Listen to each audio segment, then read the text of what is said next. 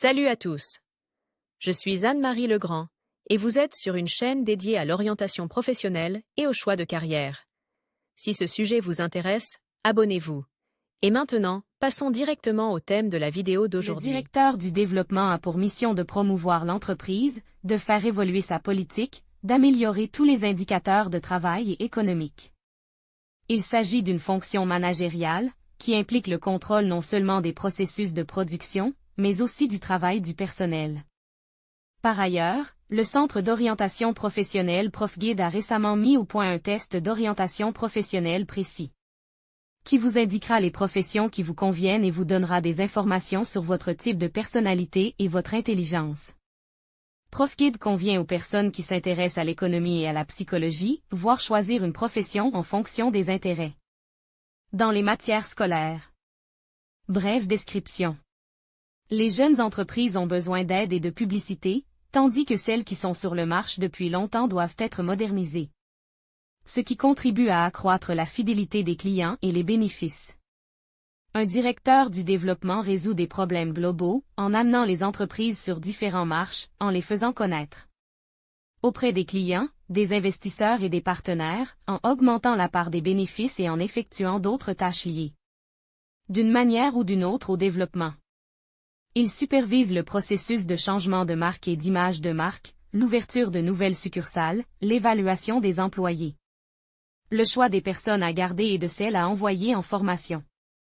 Un directeur du développement est un excellent économiste, il connaît les bases du marketing, les différentes stratégies commerciales et les activités de gestion. Lire aussi caractéristiques de la profession. Le directeur du développement, à l'instar du gestionnaire de crise, peut être invité temporairement dans des entreprises qui traversent une mauvaise passe, travail à perte ou peu efficace, spectre de la faillite, baisse de l'intérêt des clients, problème cause par le manque de professionnalisme du personnel et de la direction.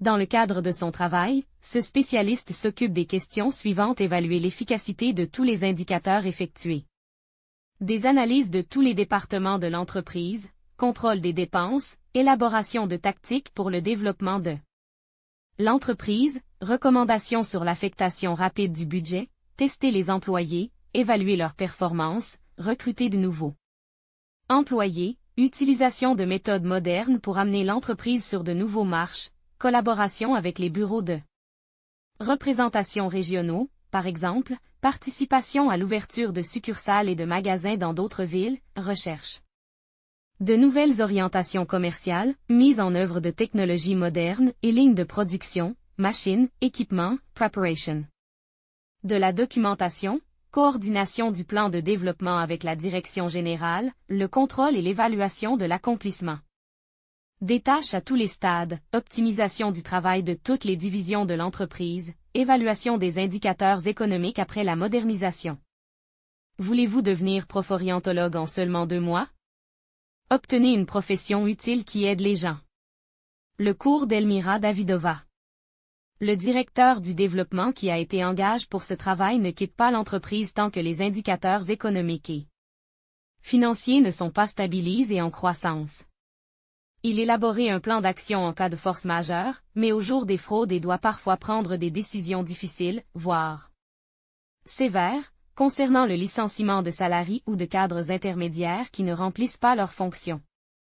Sa mission est de développer l'entreprise pour la sortir de la crise, et pour cela il utilise tous les moyens à sa disposition. Les spécialistes travaillant dans ce domaine sont très appréciés, les directeurs du développement talentueux sont invités à travailler dans les meilleures entreprises, elles essaient de les débaucher, les contacts de ces personnes passent de main en main. Un directeur du développement est tenu de garder secret tout ce qu'il entend et apprend dans le cadre de son travail. Il a accès à des informations cachées, à des secrets commerciaux, on lui fournit tout ce dont il a besoin dans les plus brefs délais.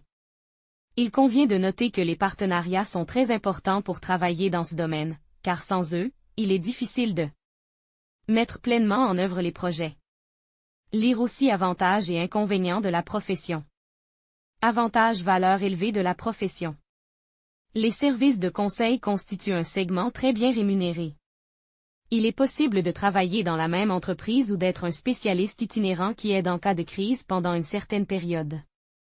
La possibilité de changer de domaine d'activité à tout moment en accédant à un poste de direction. Respect et bonne réputation au sein de la communauté.